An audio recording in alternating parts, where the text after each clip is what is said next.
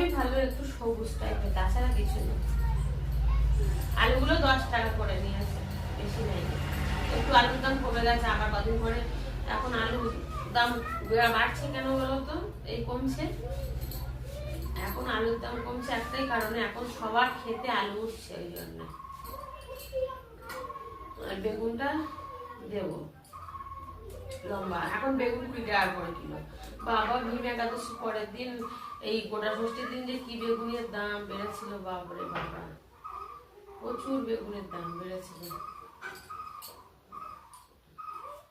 বেগুনটা পরে দেবো কেটে।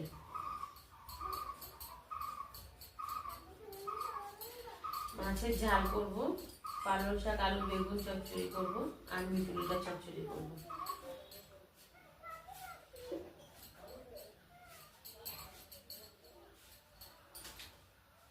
সবজি আলা এসে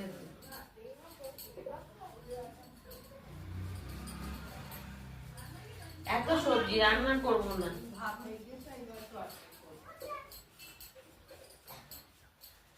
দুটো মানুষ খাবো, রান্না করে খাওয়ার লোক নেই কিছু না।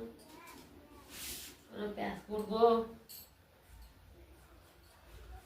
মিটুটা বেশ ভালোভাবে করবো, মিটু দিয়ে ভাত খাওয়া হয়ে যাবে। আমার শাকটা খাবো, আমার বাবা মিটুটি প্রচুর পছন্দ করে, ওই কারণে মিটুটা কালকের থেকে নেওয়া। এত সবজি আছে, এতটা সবজি কে রান্না করবে, খাওয়ার লোক নেই। ভাত আস্তে আস্তে, এখন তো সবজির দাম কমে গেছে না, ওই কারণে সবজিটা এখন একটু বেশি। ব্যাস আলু দেবো না এটার মধ্যে একটা আলু দেবো, পালং শাকে আলু দেবো,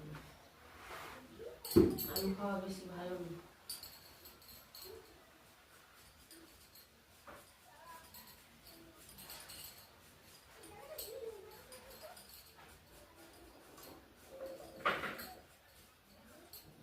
বাইরে প্রচুর রোদ্দুর, আলো বাতাস, আর আমার ঘরে দেখো পুরো অন্ধকার, রোদ একটু আসে না।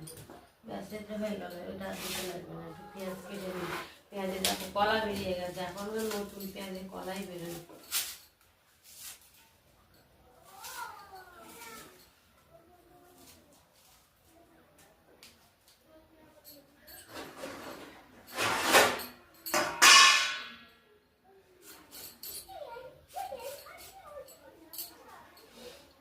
কেটে কুটে বসলো।